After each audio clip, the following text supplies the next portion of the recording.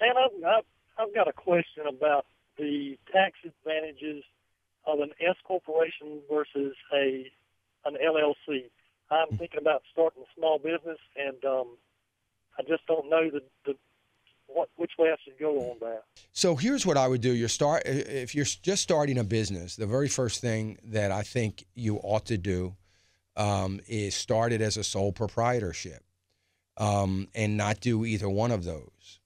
Now, I think that makes the most sense because it allows you, as you're starting the business, it allows you to declare only the revenues that you receive from the company into your normal course of income tax, and it ends up being taxed at a little bit of a lower rate.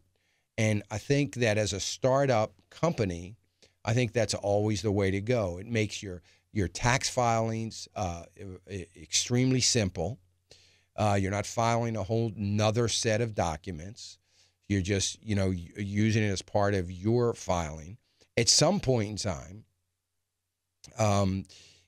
you're gonna incorporate that as a separate entity, and when you do that, the tax advantages are pretty much they're very much the same between most LLCs, depending on how they're set up, and an S corp. I mean, I like an S corp, and you would set up an S corp, but the real tax advantage that you're likely to have is going to happen if you can maintain for as long as possible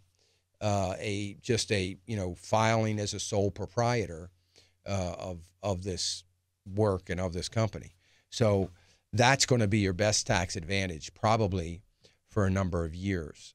If for some reason something doesn't work out or things don't go the way you think they're going to or would like them to go, it's easier to unwind. It's not going to be a monumental task. You're not going to be doing tax filings to the state and to the federal government for, another couple years. You can kind of get out from under a little bit easier. That's another reason. But the main reason is the ease of operating a business. Your main focus needs to be the startup of that company.